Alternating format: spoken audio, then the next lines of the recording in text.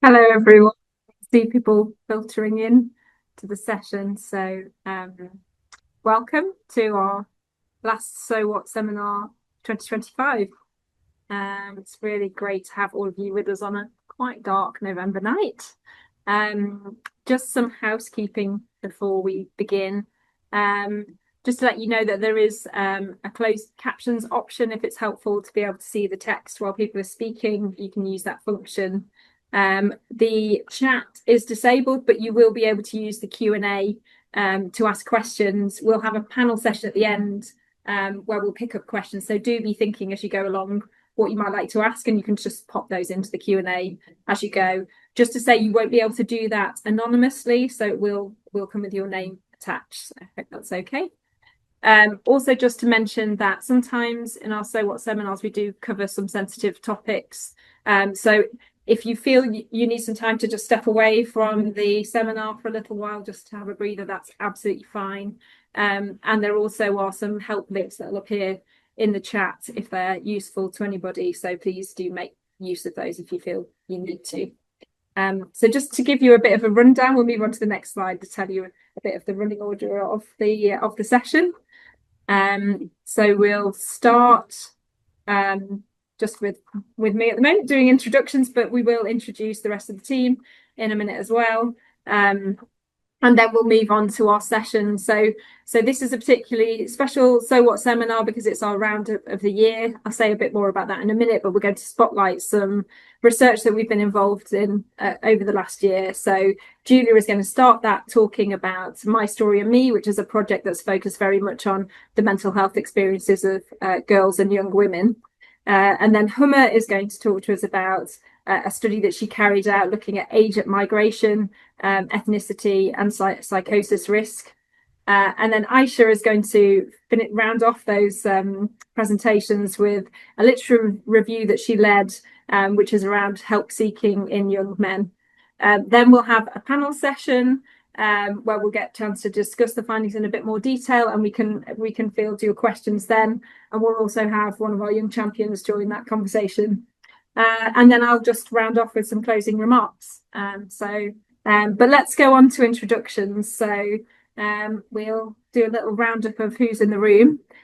I'm Dr. Jess Dayton. I am Professor of Child Mental Health and Wellbeing at UCL and Director of Research at Anna Freud. I'm co-director along with Julian, who's with us today, of the Evidence-Based Practice Unit that hosts the So What seminars.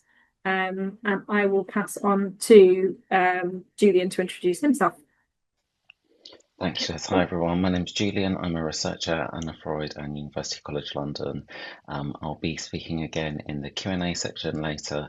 I just want to say, a huge thank you, everyone, for joining us today. We really enjoy the chance to share our findings, and particularly the roundup at the end of the year. So thank you. I think I hand on to Hummer next. Yeah, thank you, Julian. I'm Hummer. I'm a research fellow at UCL, and I'm interested in how migrants and ethnic minority populations experience different mental health problems, specifically psychosis. It's great to be here today. I'll pass over to Aisha. Hi everyone. My name's Aisha and I'm a research officer at Anna Freud and UCL. I'm based up in Manchester. I work on multiple different projects, but my previous work has focused on things like the evaluation of school-based interventions and the needs of underrepresented groups. I'll pass to Julia. Hi, my name is Julia. I am a research officer working at Anna Freud, and I'm going to be talking about the My Story and Me project. I'm particularly interested in young women's and girls' mental health experiences and experiences of associated support. I will pass over to Emily. Hi, I'm Emily. So I'm one of the young champions here at the Anna Freud Centre. Young people with lived experience of mental health difficulty in various capacities. We're involved in a range of things, but I'm particularly interested in sort of centering lived experience voices in the research. So yeah, I'll pass over to Martha. Hi, I'm Martha. I am the program coordinator for research here at Anna Freud. I'm within EVPU, and I will be leading the Q&A panel later on. So you'll hear far too much from me there. Thanks everyone for those introductions. Right, so if we pop the slides back up again, I'll just tell you a little bit more context about the evidence-based practice unit and also about our key findings report, which today is mostly focused on. So if we move on to the next slide, the evidence-based practice unit, which I mentioned already, is a collaboration between Anna Freud and UCL's Faculty of Brain Sciences. We've been a collaboration for a long time now. And the idea is that we're bridging that gap that often opens up between research and innovative practice in children's mental health and well-being. And we do a lot of work quite closely with our colleagues at the Child Outcomes Research Consortium, which is a membership organisation which collects and uses evidence to improve children and young people's mental health and well-being. And essentially, we see our work as a very applied research endeavour. And that's why our seminars are called So What seminars, because the principle is that if we can't be saying to professionals working directly with young people and families, or to young people themselves, if we can't answer the question, so what, in response to our research findings, then that's not research that we're interested in. We're very much about the practical applications of research and how it can be used on the ground, or at least how the implications can be used on the ground. If we move on to the next slide, one of the things that the evidence-based practice unit does each year is we do a bit of a roundup of our research. It's a bit of a sort of backward look at what we've been doing throughout the year, and as you can see by the number of pictures there, we've been doing it for quite a few years now. And I say this every year, but I see it as our Christmas present to ourselves, because I still maintain the research findings are like opening Christmas presents, because it's very much there's a bit of glee, I think, when you're waiting to find out what results are. And it's really nice and rewarding to see all the things that we've achieved over the year.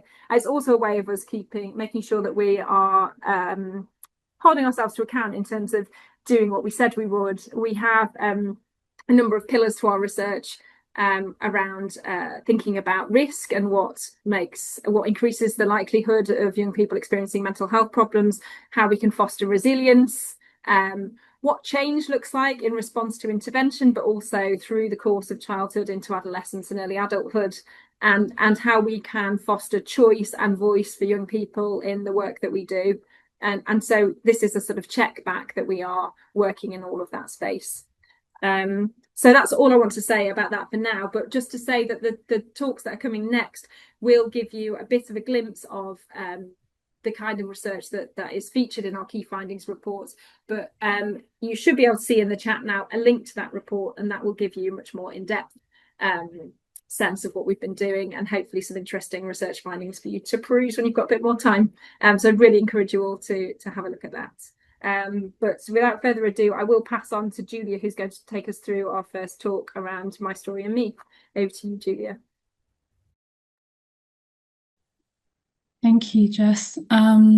Yeah, so today I'll be talking about the My Story and Me narrative study. Next slide, please.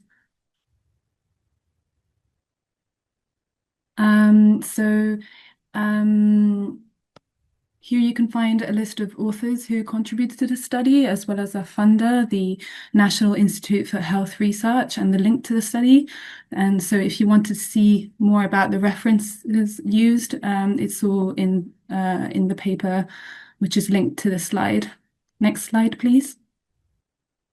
So I'll be referring to different groups today, and we've agreed in our research team about describing different characteristics in this way. However, I'm aware that people have different views on language, and so we really welcome any views or comments that you might have on the language that we might use. Slides are text heavy, and I chose to do this because we know that it can be more accessible for some audience members.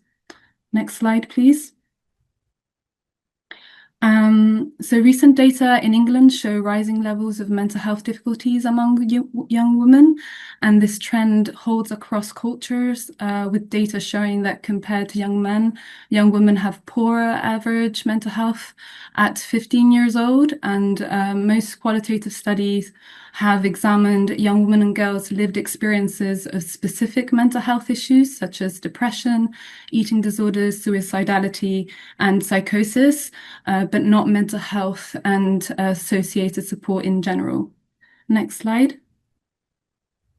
So this present study took a narrative inquiry approach and aimed to explore the lived experiences of young women and girls in the UK about their mental health and associated support.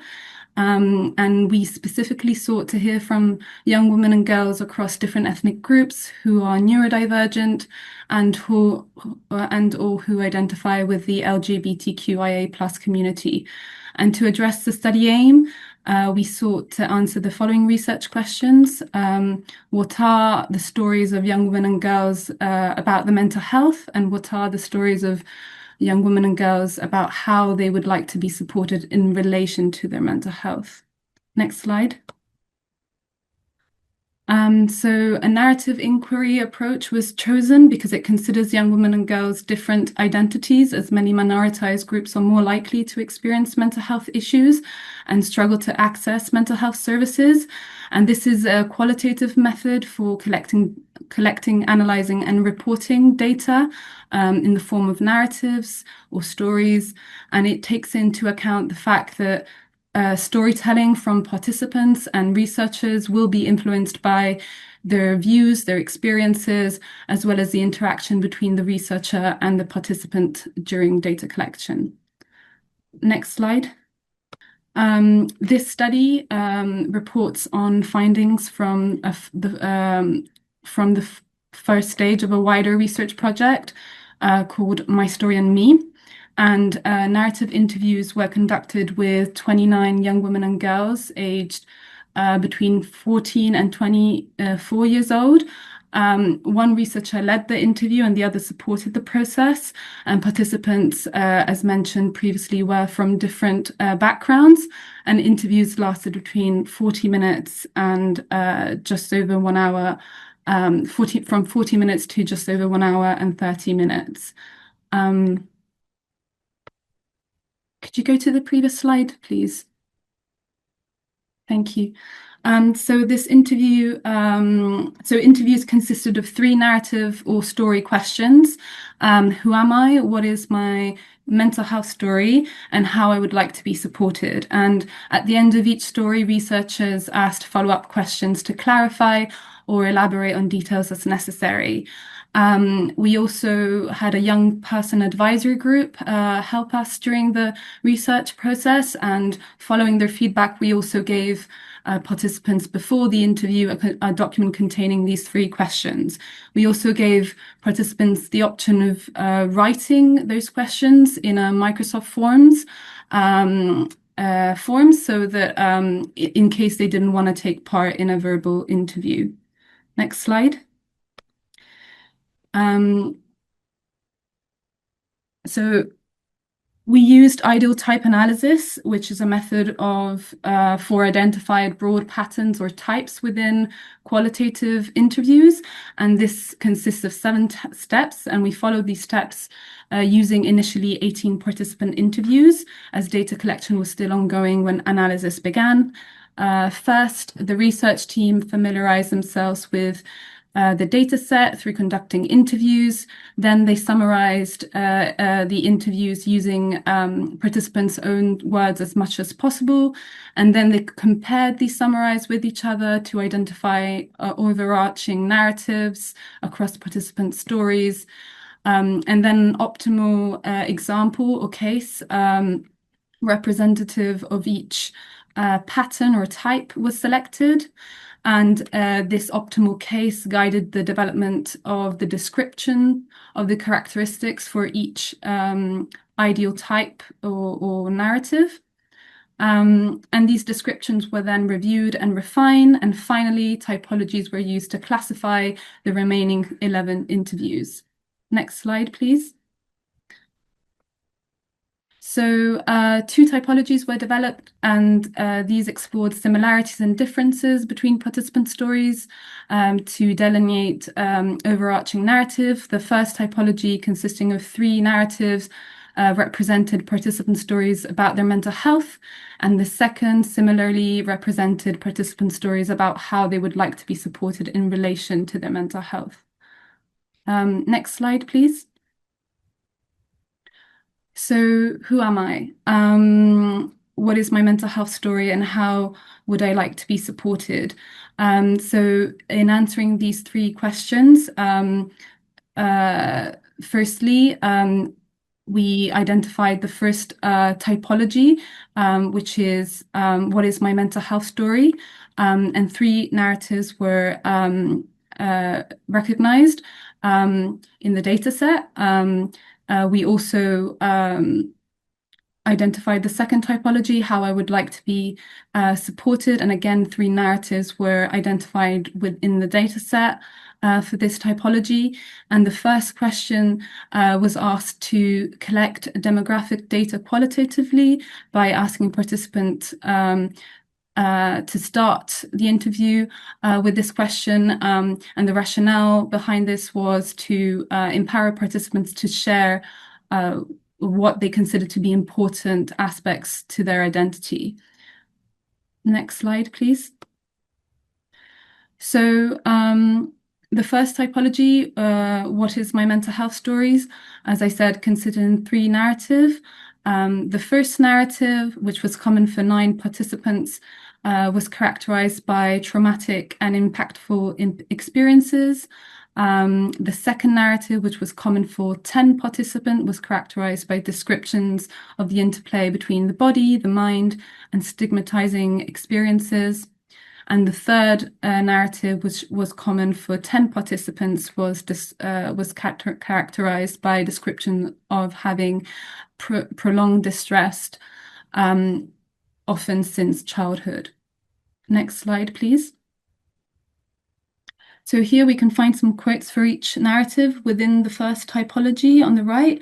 I won't be going through these in details in the interest of time, but a copy of the slide will be shared with you after this webinar, so you can have a look at these quotes in your own time if you wish. Next slide. This is the second typology, how I would like to be supported with my mental health. Again, this consisted of 3 narratives. The first narrative, which was common for 12 participants, was characterized by the importance of empathy, understanding, and connection in therapeutic and social relationships.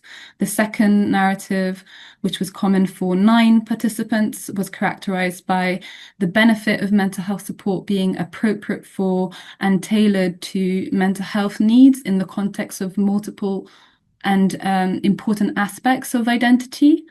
And the third narrative, which was common for 8 participants, was characterized by descriptions of the utility of having a safe space to talk about your mental health. Next slide, please. Again, here are some quotes for each narrative within the second typology. I'm going to read out just the first one in the interest of time, which is for narrative 1, empathy, understanding, and connection. My support worker will just listen, and she'll find common interests to talk about, and she'll never leave the call on a bad note. She'll always make sure that it ends on a good note. Next slide, please. So, in conclusion, we found from the study that hearing from young women and girls in their own ways about their mental health story is crucial to optimize prevention and treatment efforts. And our findings also show that a positive therapeutic relationship, supportive social relationships, feeling heard and accepted, and the consideration of multiple aspects of one's identity are paramount in influencing support which is appropriate and effective. Ultimately, mental health support should be individualized, consistent, and available. Next slide, please. So We are now conducting a feasibility study to pilot the digital storytelling platform of My Story and Me. See it as a digital journaling tool for young women and girls. And you can find an image of the landing page of the platform on the right. And we want to understand how this platform works in 3 different environments, in secondary schools, further education colleges, and community organizations. Next slide, please. And this intervention aims to empower young women and girls by hearing real mental health stories on the platform, on a video, audio, or written format, from young women and girls just like them. And also, we aim to empower them by having a safe space to record their own story. And similarly, they can record it by using video, audio, or writing it down. As part of the study, we have also developed a anti-stigma guidance and toolkit for schools, colleges, and community organizations. And this is for young people and staff, school staff, or youth workers as well. And the feasibility study is going to inform a larger trial aiming to find out whether this platform is more or less helpful and effective than the support that young women and girls already receive for their mental health in school, college, or within their organization. Next slide, please. So working on the study made me reflect on the importance of fostering positive and healthy relationship with others, to openly talk about mental health. And mental health was something that years ago when I was in school was not very much talked about. And so my younger self wishes that I could have been able to access something like a platform like My Story and Me. So I'm truly glad that nowadays we have more open conversations about mental health, and there are more interventions in place for young people who are struggling with their mental health and well-being. And working on the study has also opened my eyes on the empowering and grounding nature of storytelling, that can be used as a tool to be heard, listened to by others, as well as to gain ownership over your mental health and healing journey. And it is a tool that I started using every day. Next slide. Thank you so much for listening. Thanks so much, Julia. It's so there's something really kind of arresting about hearing girls and young women's stories in their own words, and that really brought that to life. I can see. Thank you. I think we're getting some questions in the Q&A. So just a reminder, we can't do questions as we go, but please do start popping them into the Q&A, and we'll come back to them in the discussion shortly. But next, Hummer's going to speak to us about agent migration, ethnicity, and psychosis risks. So over to you, Hummer. Thank you very much, Jess. So I'm going to be speaking about a study that I did as part of my PhD. And this study was looking at the age at which people migrate, their ethnicity, and psychosis risk. And these were findings from a study called the EUGI study. And EUGI stands for European Gene Environment Interaction Study. Next slide, please. Yeah, next slide after this, please.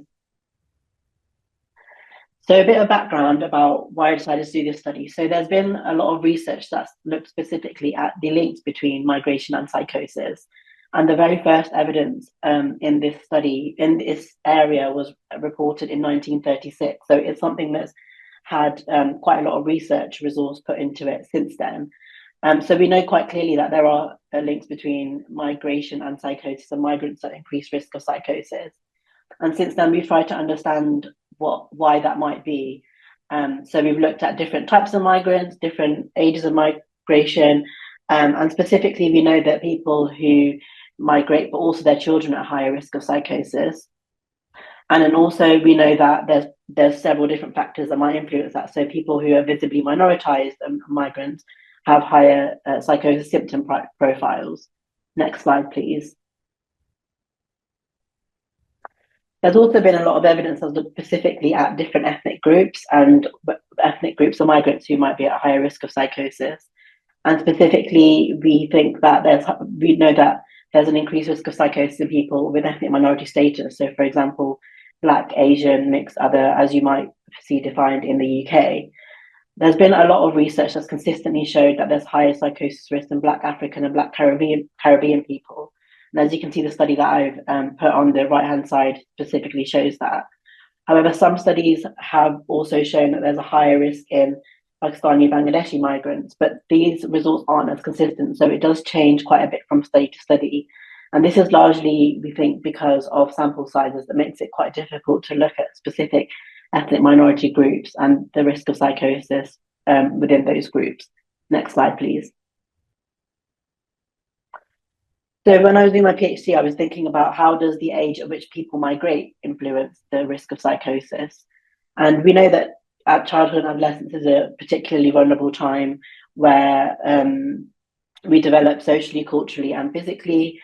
And specifically in adolescence, we go through social and environmental experiences that change us both physically and socially as well. So, for example, adolescents start to spend more time with their friends and less time with their families. Also, things like sleep behavior changes during adolescence. So, adolescents tend to sleep in later, they go to sleep later. And this, we think, is because of evolutionary patterns in spending less time with a caregiver and becoming more independent. So these changes are very important in the way we look at kind of developmental ages in children and adolescents.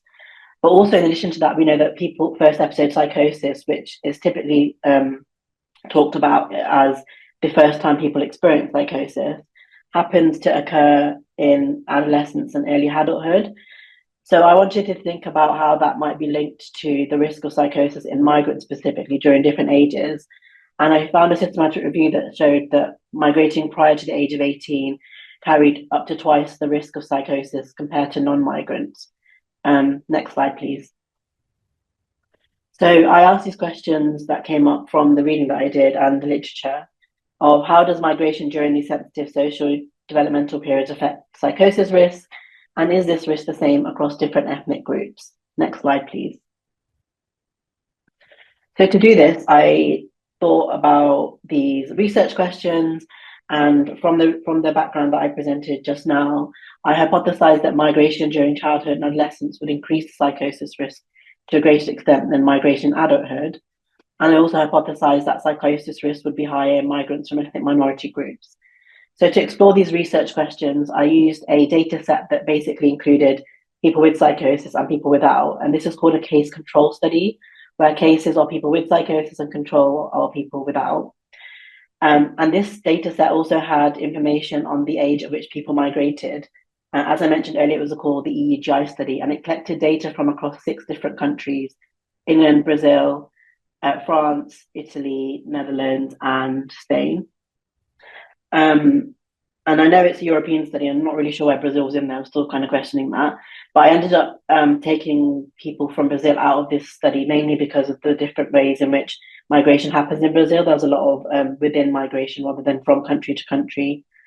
So it ended up being from those 5 countries in Europe.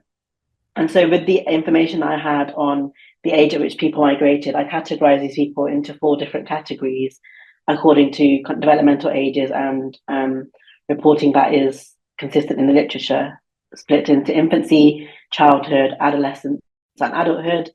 And then I compared these groups to non-migrant participants who were of white ethnicity. And I controlled for factors that might influence the relationship between migration age and psychosis risk. And these factors came up from a group of lived experience people that I worked with throughout my PhD. Next slide, please. And this is a kind of graph that we made together to look at what might potentially influence the relationship between age at migration and first experience of psychosis. So we identified these factors, and then I looked at the data to find whether we had information on all of these, and we did. So we controlled for all of these within the analysis that I did. Next slide, please. So to start with, I looked at who was within the data set that I was using. So we described the characteristics of the sample to understand more about the participants and any missing data that we had on specific variables, so the different factors that I just described earlier, and then also agent migration. I used some methods to impute any missing data that we had. So altogether within this data set, there was 2,132 people, and of those, 937 people had psychosis and 1,195 didn't. Next slide, please. So typically when we look at measuring the association between the agent migration and psychosis, we look at different models. And this is essentially just when we look at different things. So that's me trying to be funny on the right-hand side to show you 4 different models. But essentially, it's just changing certain things within the models to see whether it changes what we can see in the results. So first of all, I looked only at the relationship between migration age and case control status. In the second model, but the first adjusted model, I controlled for everything except for ethnicity because I was particularly interested to see what adding in someone's ethnicity did to the results, which, as you can see in fully adjusted model 2 there, I controlled for everything, including ethnicity. And then finally, I looked at breaking down those different ethnic groups to see if the risk was the same for all ethnic groups, which I'm going to share the results about in the next slide, please. So these are the initial results that we had. So there's a lot of numbers here, but just to explain below the table here, 1 is the reference. So as you can see, was comparing it to the white majority non-migrant group, and a number higher than 1 shows that there's a higher risk of psychosis. Less than 1 shows that the lower risk of psychosis compared to the reference. So for example, as you can see here, I've highlighted adolescents, and this is where we saw the risk of psychosis peak, particularly in. So 3.26 shows that there's a more than 3 times higher risk of psychosis in adolescent migrants compared to white people who were not migrants. And in adjusted model 1, you can see that was we controlled for everything except for ethnicity, and that was more than 3 times higher risk. And the bracket numbers are just a range, so lower and higher range, a confidence interval, we like to call it. And then in the right-hand side, we've got an additional adjustment for ethnicity. So as you can see, additionally adjusted for ethnicity did bring the risk odds ratios down, but still almost 2 times higher risk of psychosis in adolescent migrants compared to the white non-migrant group. Next slide, please.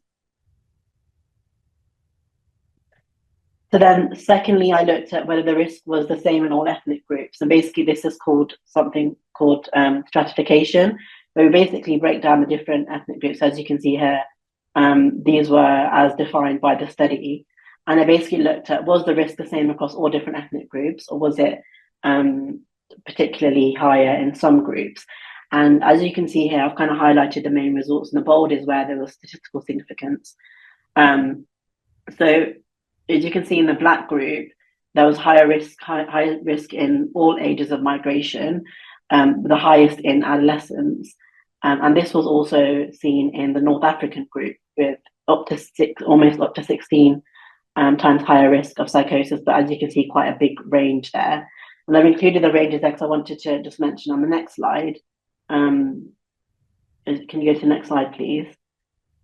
That the sample sizes were very, very small here. And this is kind of case in point to the point I made earlier as to why people don't normally look specifically at different ethnic groups, because the sample sizes are so small.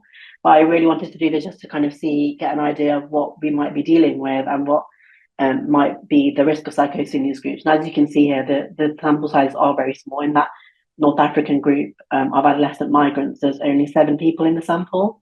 So that's a very, very small number, and hence why there was quite a big range there. So that is something to be mindful of when thinking about these results. Next slide, please.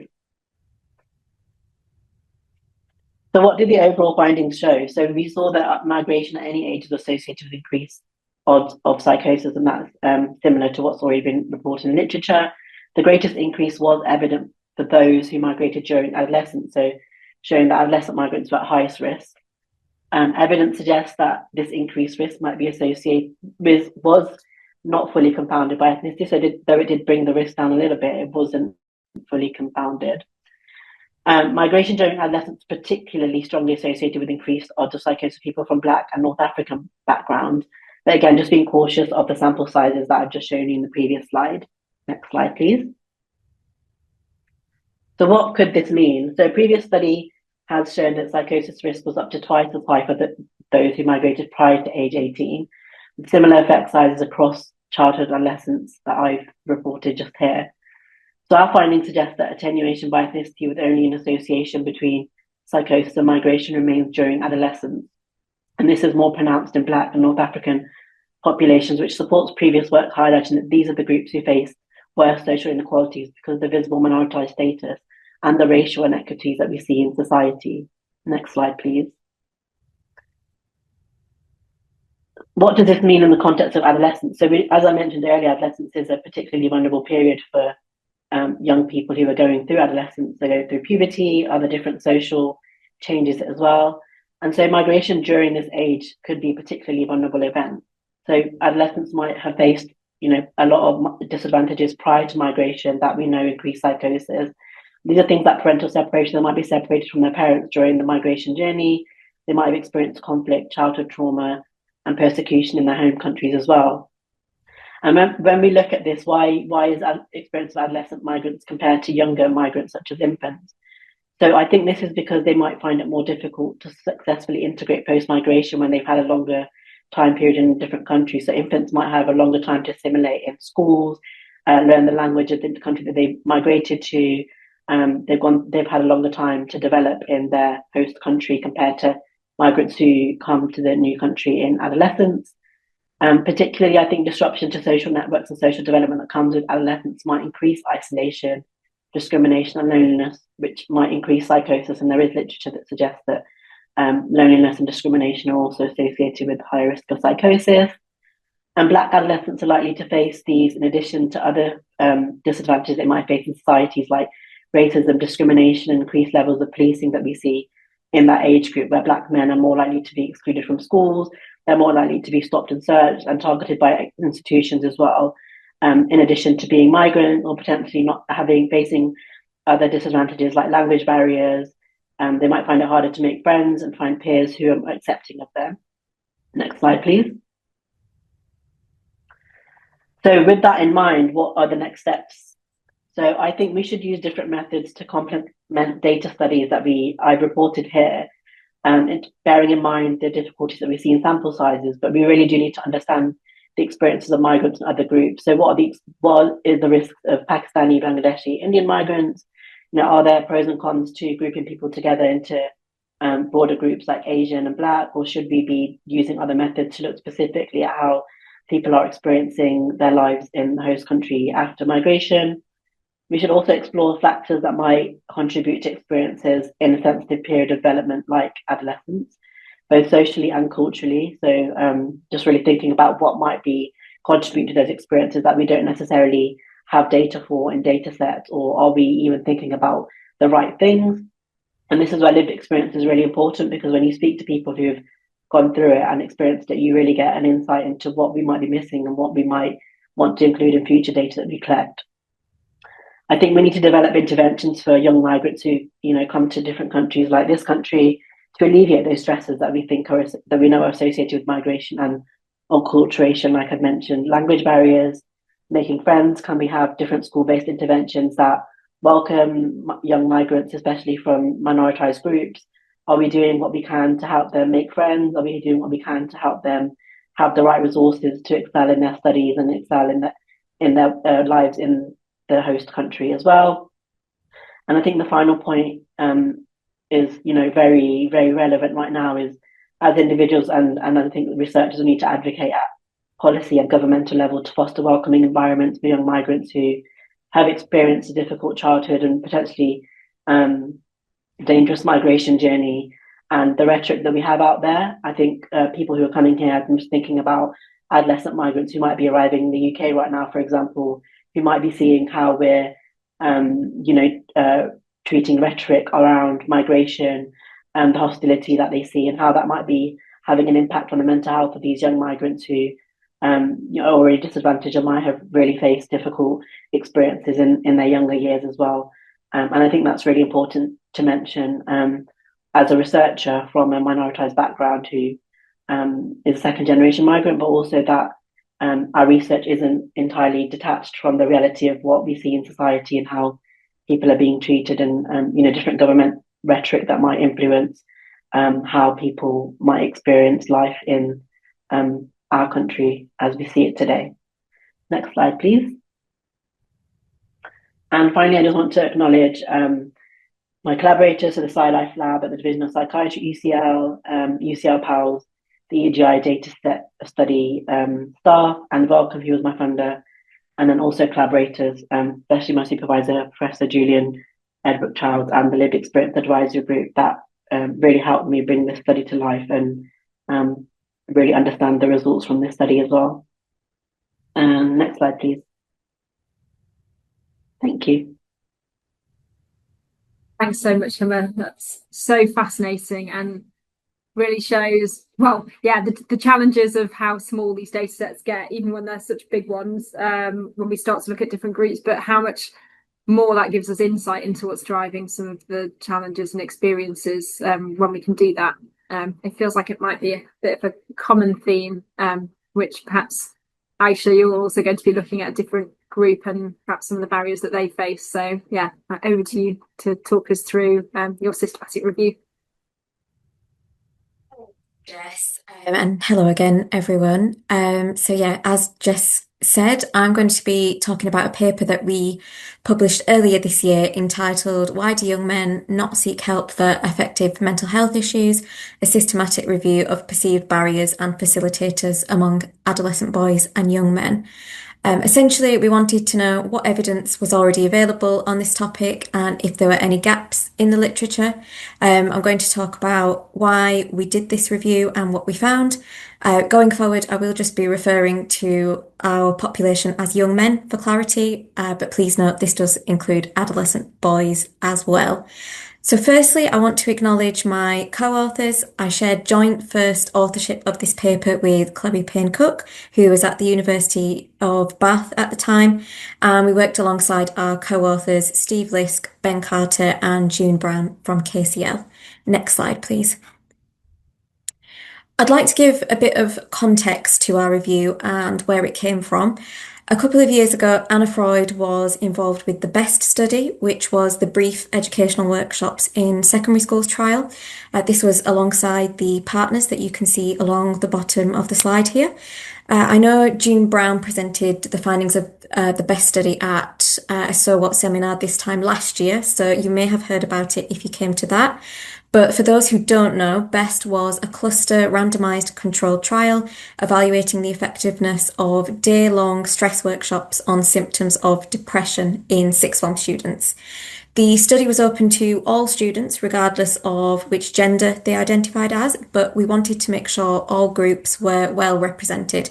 So we were mindful of ways to engage boys and young men with the study in particular. So focus groups were run prior to the trial starting to see what we could do to improve their engagement, and that informed our recruitment approaches. The focus group suggested things like transparency and honesty about why we needed males especially to take part, and also using a male role model to like a teacher to help with recruitment. We wanted to build on this work with the young men by examining more closely the reasons they shared for preferring these approaches. Next slide, please. We knew this was an important topic because we already know that adult men are less likely to seek help for their mental health than women, but less is known about the specific patterns of help seeking in younger men. This is concerning as this group have high suicide rates but a low take-up of services. So it's therefore really important that we understand more about their access needs. Next slide, please. So the aim of the review we carried out was to identify the barriers and facilitators faced by young men in help seeking for affective mental health disorders. So what factors make it more difficult or easier for them to seek help? Affective disorders are mood disorders like depression and anxiety, and we also considered stress and well-being as part of that. And it's important to build our understanding so that interventions and programs can be developed that are accessible and effective for young men. Encouraging help seeking at the early stages of mental health difficulties could ensure that problems are addressed before they develop into more serious issues like severe depression or suicide. Next slide, please. I will briefly cover the methods we used. So we searched 3 databases and that gave us nearly 4,000 articles. We narrowed this down to 12 eligible articles to include in our review. There were a mix of qualitative and quantitative papers. Studies had to include adolescent boys and young men aged between 14 and 22 years of age, participants who were seeking help for effective mental health concerns or discussing intentions or likelihood of seeking help. And we wanted studies where most participants did not have a clinical diagnosis of an established mental health condition. Next slide, please. So this graphic summarises our 5 key themes and the 4 sub-themes that we identified in our results. I will let you read them yourself, but 2 of these were identified as barriers, 2 were facilitators, and 1 was more about trends in help seeking. I'm going to give you a bit more detail about what we found in relation to these themes. Next slide, please. Our first theme was about the impact of social norms. All 12 of our papers identified conformity to masculine social norms, or what I'll call CMN for short, as a barrier to young men's help seeking for mental health. This was often due to stigmatization of mental health difficulties being seen as a weakness. So CMN can be defined as a rigid adherence to stereotypical notions of masculinity that are conceived by society. And those notions can actually be both positive and negative. But for young men in the studies that we looked at, they felt that seeking help was embarrassing as it contradicted traditional notions of masculinity. And they felt that they should be able to deal with their problems without professional help. So because of this, they were then more likely to see help seeking in a negative light and as a weak behaviour. And so it was something that they needed to avoid to appear more masculine. Masculine norms were also found to be a specific barrier for young black men in the UK in one paper we included. It was found here that black men felt very strongly the social pressure to be strong and to cope independently. Participants here also identified mental strength as a key traditional trait for black men in the UK, and they perceived that this came from a generational influence of African Caribbean men needing to be strong to overcome racism. So as young men, they felt that pressure quite strongly, and they felt that there was a stronger pressure to conform to masculine norms in black communities more so than in white communities because of this. Next slide, please. Our second sub-theme related to social norms was self-stigma. So this is defined by Colin Ingram as the belief that one is inadequate or weak if he wants to seek professional help. So again, it's that feeling for young men that help seeking is somehow a personal failure because they've not been able to solve their problems themselves. There's a relationship between our 2 sub-themes here, as several studies highlighted that those who endorse greater masculine norms experience higher levels of self-stigma.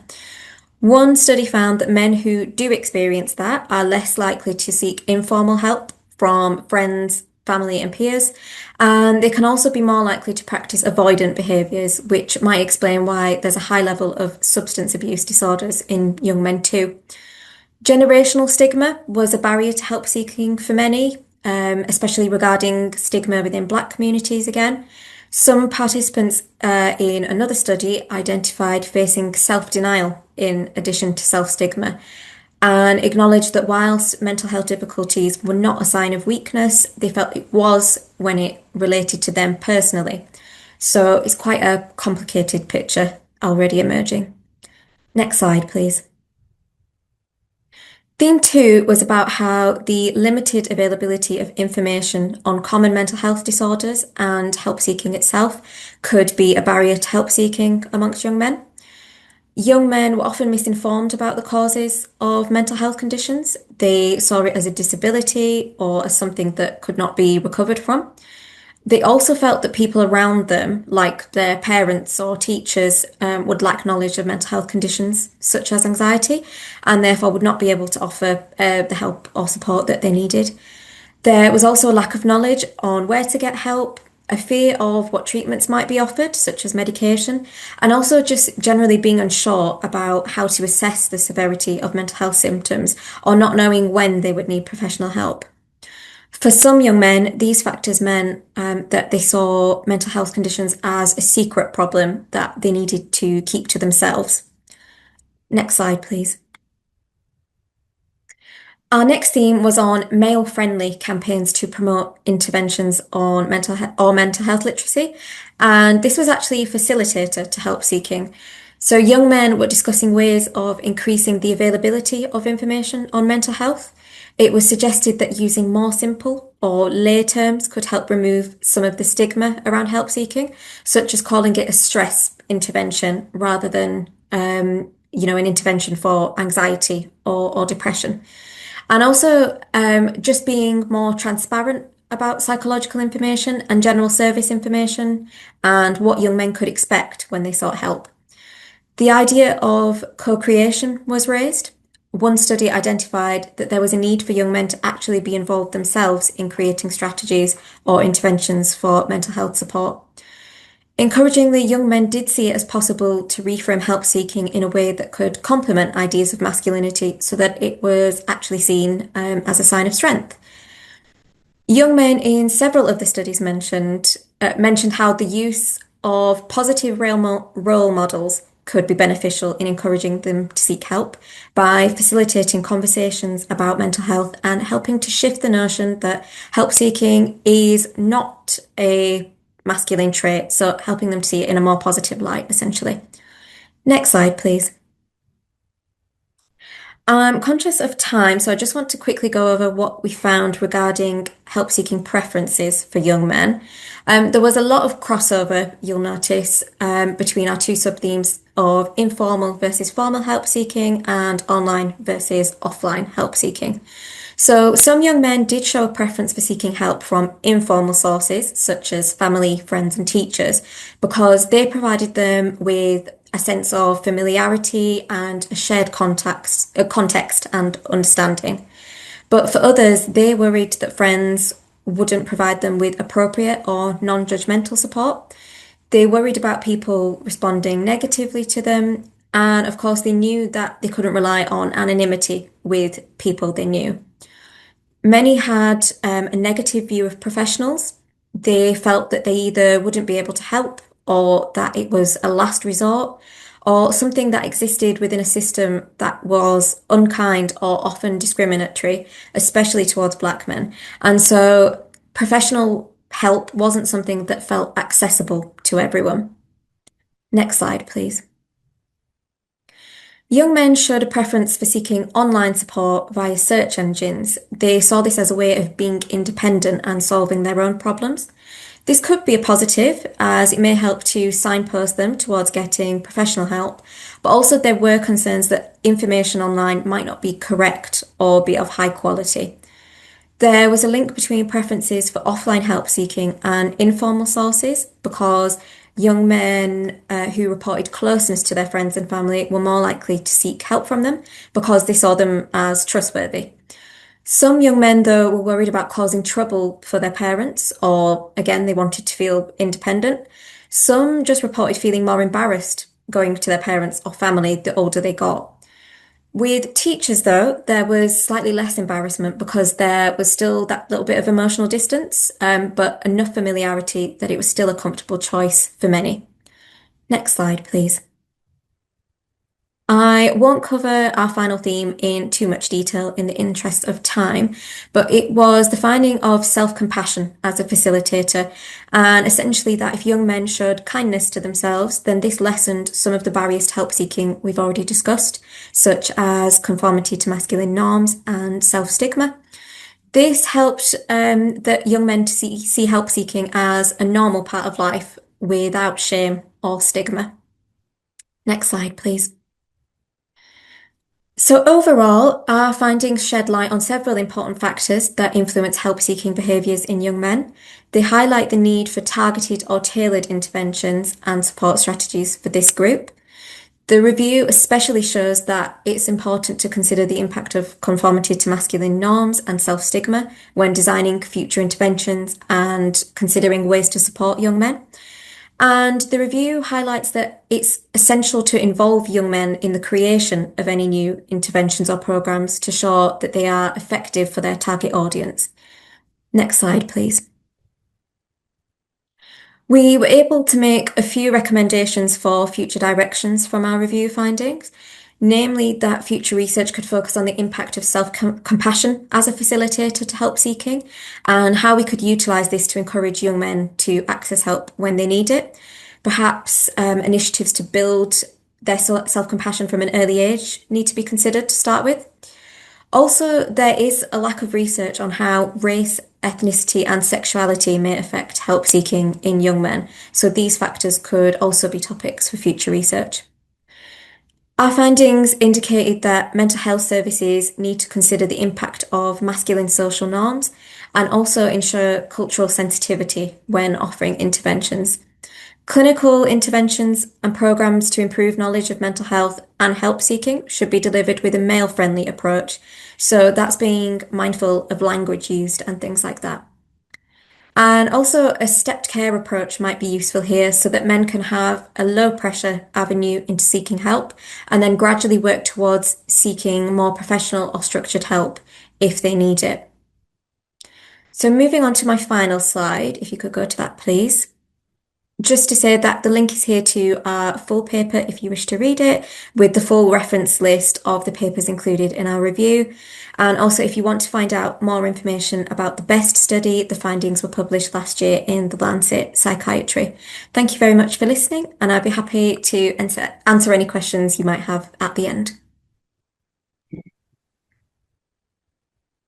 Thanks so much, Aisha. That's so fascinating. It's a really good reminder. I think sometimes we feel we've tackled stigma or we've gone a long way, but it's a helpful reminder that actually there's a lot of distance to travel, particularly for young men, and tackling stigma for them. So yeah, really interesting. Brilliant. Okay, I'm going to ask all the panelists to turn their cameras on now, and perhaps we can turn off these slides for a minute because we're going to go into our Q&A session, and I'm going to hand over to Martha, who's going to chair this part. Excellent. I'm still waiting for all cameras to be on from our speakers, if that's okay, because we want to see your lovely faces.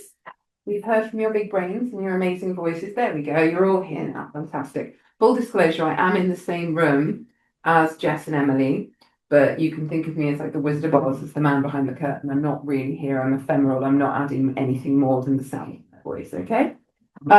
So I'm going to remind you all that you've got the chance now to ask these amazing big brained people whatever you want to, well, almost whatever you want to related to the research in the Q&A function. So take this opportunity to give you a minute to kind of warm up there. What I'm going to do is I'm going to turn over to Emily now, who wonderfully introduced herself earlier, to get a bit of a response thinking about her perspective as a younger person, as a person with lived experience and an interest in research, sort of what she's heard in terms of the presentations and the research spoken about today. So, Emily, what did you think? Tell us. Yeah, I think what was quite refreshing and quite striking about all three of those studies is the sort of increasing recognition of how like people's mental health is shaped by their context, their identity, and how support needs to be sort of differentiated and individualized to reflect that.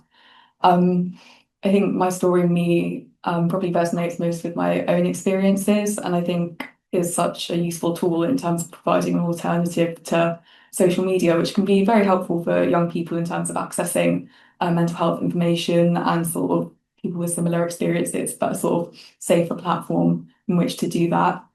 I think it's interesting the, being sort of heard and seen came up as really central, being treated as a whole person. I know that sometimes while we have all these like excellent clinically backed evidence-based interventions, they can feel very prescriptive and not very personalized. And I think that can be a sort of barrier to, engaging with a therapy or it working. I know that probably my most effective experience of a sort of interventional therapy was from a charity whose like focus was personalized support that was very much person-centered, and they were able to do that because they were a charity who didn't have, so many they didn't have a strict framework to follow. But that definitely resonated with my own experiences. And I think would have been really useful. So I'm interested to see where that goes.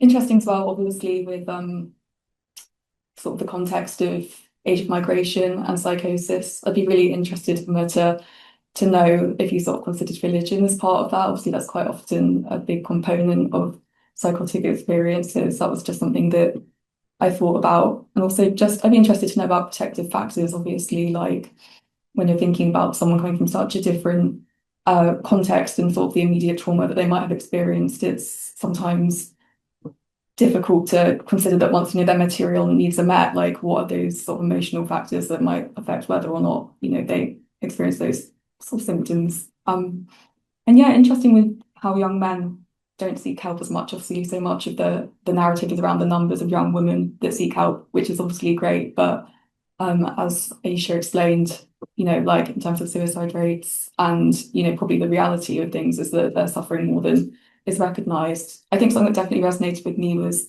the sort of necessity for clarity and transparency in terms of what mental health support is and what it will involve. I think that quite often I don't know, I think that that's a big part of the anxiety in terms of accessing help, not knowing whether or not it will be confidential, like just not knowing what it will look like. So that definitely was something that I related to a lot. And also the idea of sort of shame as a barrier. I think maybe as a young woman, I didn't realize quite how like implicit these messages are to young men. So that was really interesting to hear. Yeah.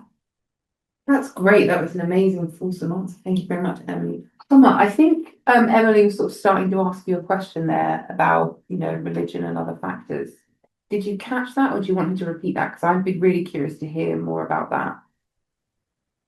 Yeah, we didn't actually control for religion. There wasn't that data in the study that we used, but it's really difficult to look at religion. So I know in this data set specifically looked at different countries, and in some countries, like in France, you can't ask someone their religion, so you're not allowed to collect that data. So it is something difficult to look at. But I do know there's a lot of work on spirituality and psychosis, for example, and very important work happening in there. So it's just bringing everything together, I think, which is obviously what needs to be done and understood. And actually, I did do a study following on from this, looking at Pakistani migrants' experience of psychosis. The faith did come up in that, which obviously we know that people from Pakistan are mostly Muslims, and kind of how their relationship with their faith changed over the course of their experience of psychosis. So it obviously is very important. But yeah, again, it's just really thinking about how we do it and not kind of siloing ourselves into certain methods or certain areas where we're ignoring very important factors in people's lives. No, I think that's really true and so difficult to capture and really interesting. I think with psychosis, there are so many cultural and specifically religious factors that do feed in when you look at the prevalence of the different kinds of presentations of psychosis that you get in America versus here. It's so fascinating, but yeah, really hard to collect for. Okay, that's great. Well, we've got a question in the Q&A for Julia that I'm going to kick over to her. Don't worry, I've got plenty more questions. So all of these shy people at home can continue to be shy because I'm just going to keep going. So Julia, a question that's come in from Caitlin. Thank you, Caitlin. It's obviously about my story and me. Julian, you're on standby to talk about this too, so feel free to jump in as well. Caitlin's wondering how many participants in the study, if we know this was neurodivergent, brackets particularly autistic, and if anything related to this arose as a theme, especially with girls sort of typically flying under the radar throughout childhood. I suppose we're talking more to the kind of trend of late diagnosis that's happening at the moment, and what impact this is having, or if any, that we can see in what's coming through in the stories that we're collecting. So we don't have a definite number of how many people were neurodivergent because we collected the data qualitatively. However, we know that a lot of the young people who were neurodivergent and who took part in the interviews, a lot of their stories kind of were fit into the second narrative of the second typology. How would I like to be supported with my mental health? A lot of them talked about having being supported by someone with lived experience of being neurodiverse, and this kind of yeah and this kind of interplayed with also other aspects of their identity. So this was also true for other like young people who were from ethnic minoritized backgrounds or were part of the LGBTQI community as well. So the desire and the need of being supported by someone who has that lived experience or identifies with that particular community. Yeah, so I hope that answers your question, Caitlin. Thanks. That was a really fulsome and great answer. So, perfect. Someone has got a question for Aisha that includes one of my favorite phrases I've heard this evening, self-compassion. So, this is from Tom. So he was really interested in how self-compassion was identified as a facilitator in the research, and was sort of wondering if there are any particular interventions or programs, either for primary or secondary schools, that could address this theme that we're currently aware of or have been brought up to us as a resource potentially. Yeah, I mean that's a really interesting question because it was only an like an emerging finding from this review, and it was only referenced by one of the papers, which shows sort of like how sort of novel it is. I mean, there have been studies sort of examining the link between like self-compassion and self-reliance for adolescents and young adults. And yeah, again, they found that like self-compassion was a good indicator of mental health, and they found that like adolescents with higher levels of self-compassion, again, reported lower levels of both anxiety and depression. There has been it's not widely researched, but there has been something called compassion focused therapy that has sort of, there have been a few studies on that so far, which could potentially reduce self-stigma, and so like reducing the impact of that as a barrier. So the sort of aim of that therapy is to try and help individuals identify and cope with difficulties. And there's like a specific focus on, treating oneself with kindness and compassion.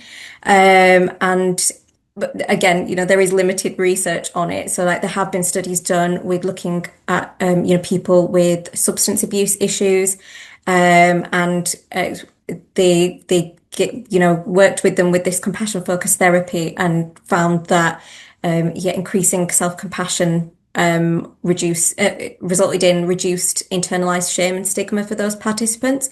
But it is lacking, to those studies are lacking in sort of looking at adolescent boys and young men in particular. There are sort of studies looking at sort of like the wider population, but it's not something that's totally been looked at in adolescent boys and young men. So it would be really interesting to see sort of these interventions sort of like on a school level. And yeah, as I said in the presentation, just sort of getting in there at that sort of earlier stage, so that when issues do arise for young men, they do feel a bit more like they are worthy of getting that support and help. And like, yeah, it is for them as well. So definitely it would be something that future research should be looking at.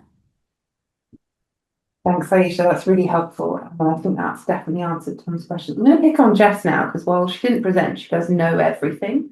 And we were talking earlier, no pressure. We were talking earlier about this amazing piece of work related to boys and men. And, one of the things we talk a lot about here is around the way we talk about these things. And Jess has some thoughts about the phrase toxic masculinity and how that feeds into these ongoing narratives around, social stigma and feeling inadequate and, pressures like that. And then we get to this phrase self-compassion. So Jess, that rambling thought was sort of kicked your way. Go.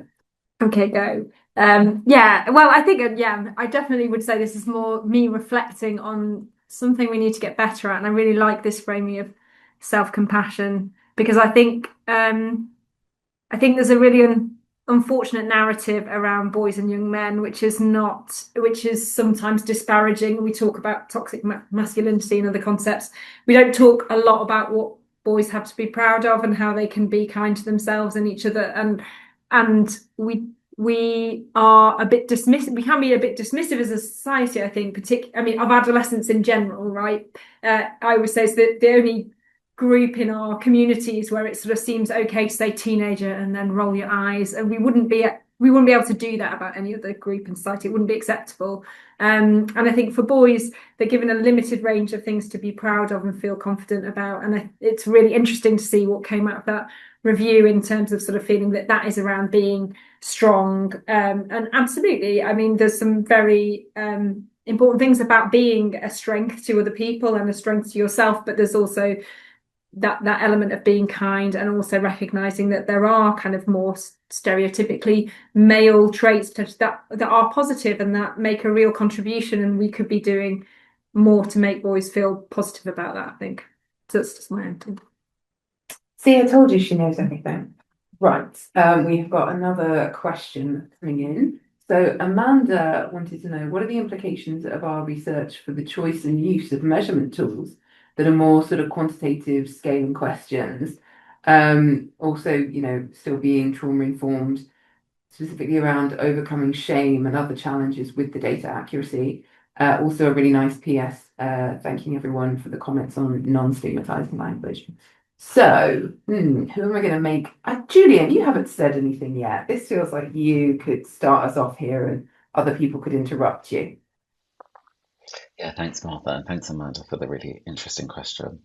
I guess the first thing that came to mind was a lot of work we've done looking at kind of goal-based outcomes tool, which I think ties into the theme around the need for kind of individualized and personalized support that we've been talking about today. So yeah, you can check out kind of a range of different measurement tools, including the goal-based outcomes tool on our Cork Child Outcomes Research Consortium website. But for this measure, you kind of work collaboratively with a young person and potentially their parent and carer to identify the goals that they want to achieve from the support of the work you're doing with them, and then you can rate progress towards achieving those goals in different sessions. So I think I think this gives us kind of a different way about thinking about kind of outcomes more broadly, that might be more perhaps harder to compare across groups of people, but might be more useful when looking at kind of change and how someone's experiencing a support for how someone's individually experiencing support.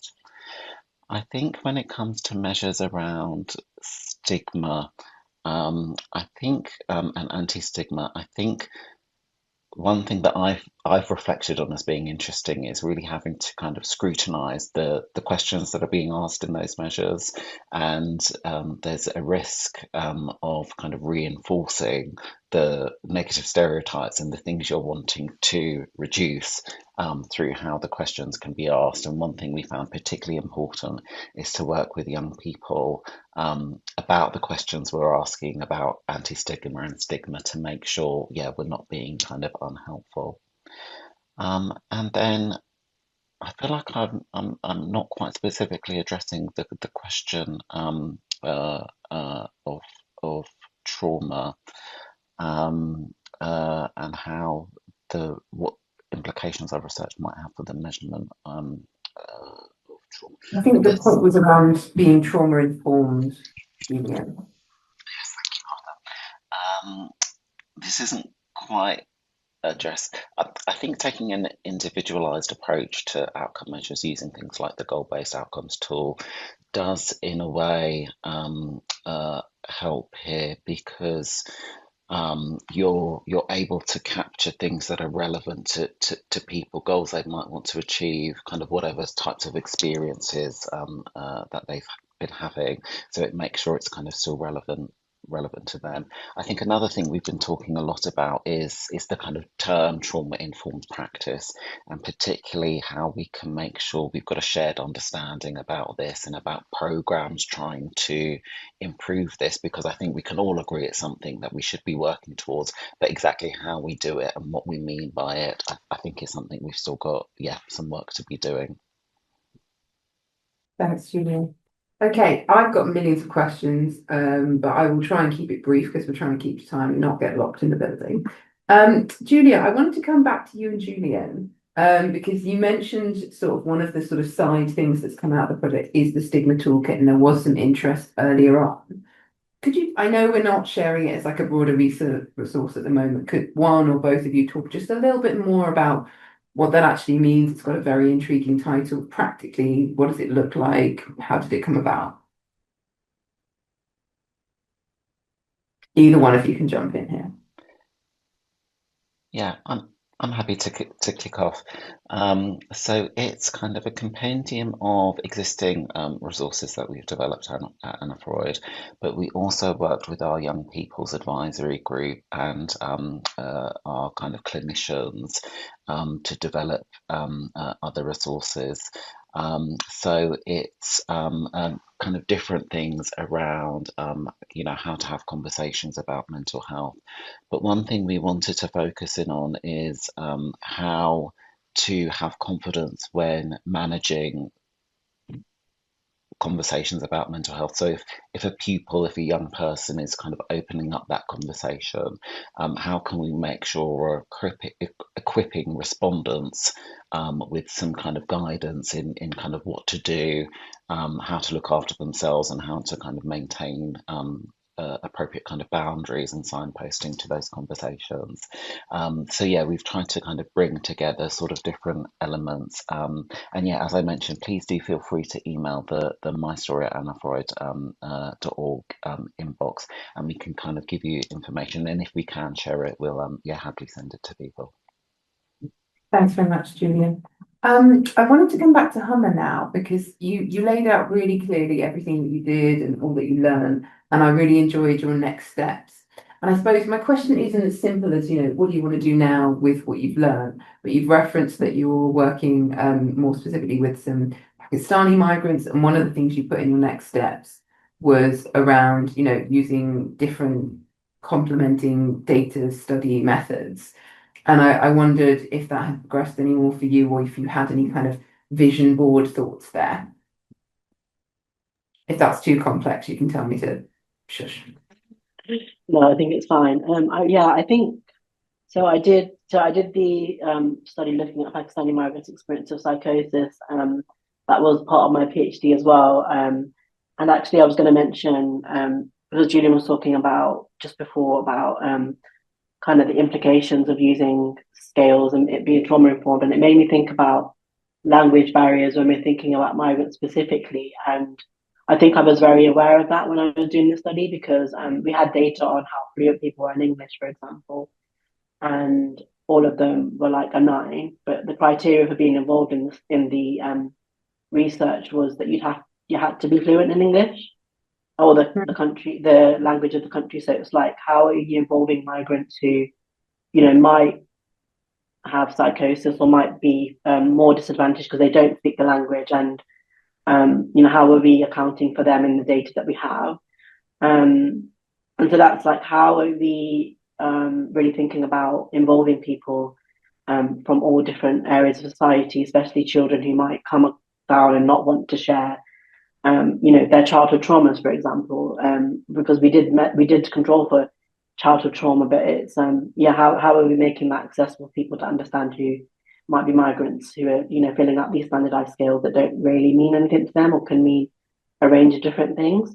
So when I was thinking about that in kind of future work, and when I talk about using different methods, it's how can we use methods that are more friendly or more accessible for people. And so the reason why I looked at Pakistani migrants specifically was because I'm Pakistani, and I wanted to be able to offer the fact that I can speak Urdu to as a way for people to get involved in the study if they spoke Urdu and wanted to do the interviews in Urdu, not just in English, because typically they wouldn't be involved in research then if that was, they weren't able to speak English to a standard that was acceptable for a qualitative interview. Um, and so I did that. Only one person took up the option to do that, but even offering it was meant that other participants kind of used a mixture of English and Urdu, even though it wasn't fully. And the reason why that's important is because you hear from people who are still existing in society and are still part of the work that we do and of what we're trying to understand, but are often unheard of, and we're not really putting resource. And so it's really about how can you, like Julia was saying, use an individualized approach.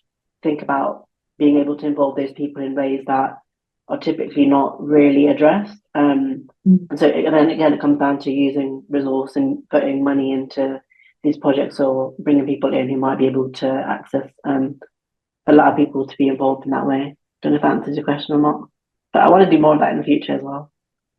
I think it definitely answered my question and added more, much like your research.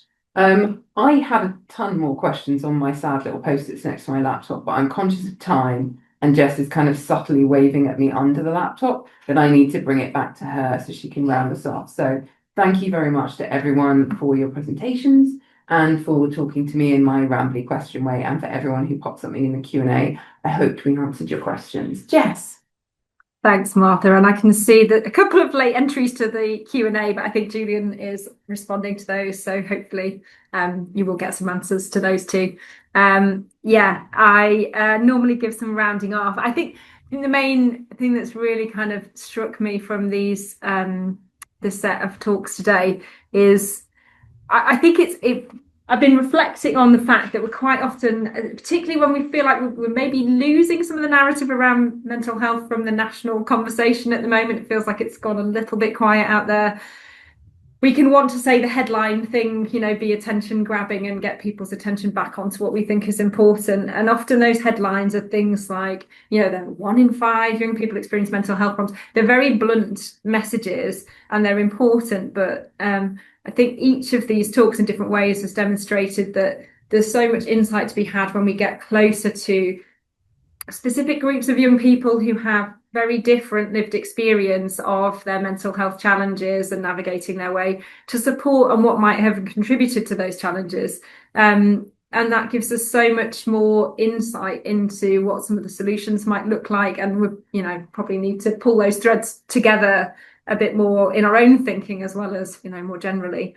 But it's interesting to see when you do actually, it's kind of counterintuitive when you do break it down like that. Some things start to emerge that just seem to make sense, like this listening, being in listening mode, being mindful that there is a young person in front of you who has a very specific experience that they want you to connect with, to support them, and compassion being, really key. And that really just stood out to me as something that probably should be really obvious, but actually it's not a word we talk about a lot. So yeah, I think those are really interesting. I've also been thinking about ways that we summarize and think about our research, particularly with our key findings report coming out, how we summarize things, especially in a world where we want, quick messages to cut across. So to try something completely daft, I thought I'd throw our 3 research papers into ChatGPT and ask ChatGPT to make some haikus for us. So well, let's try them out. If we go on to the next slide, we can see the haiku for My Story and Me, I think. Trends that diverge, adversity, identity, context. I feel like I should be wearing a black neck or something. Evidence shapes care. Okay, so that's My Story, Me. I don't know, Julia and Julian, how you feel about that representing your research paper, but let's move on to the next one. Which is Age at Migration. Migration in youth, teens and minoritized groups. Psychosis risk grows. And then the final haiku for Aisha's paper. Norms suppress demand, preferences shift online first. Design for access. I don't know what you think about those. I feel we've definitely lost some nuance. all nuance maybe in those. My own haiku to sum up what that tells us is on the next slide. Oh, which I thought there was going to be a drum roll, which is the explaining research in 17 syllables. It's very difficult, which probably means that we're much better off looking at the key findings reports. So please do look at the key findings reports. That will be much better than my group of haikus. So I just want to finish off by saying a big thank you to you all for joining our last seminar of the year. We hope to see you again in the spring. You can stay in touch with us in the meantime. We'll be sharing the slides and we'll be sharing, you'll be able to access the video. It'll take us a little while to get that in place, but you'll be able to see it soon. You can follow us on Blue Sky now, as well as Twitter. So stay in touch. And thank you to all our panelists for their thoughtful reflections and for their presentations. Thank you for the team, the events team who've supported us through this as well. And we hope to see you all again in the spring. Thank you.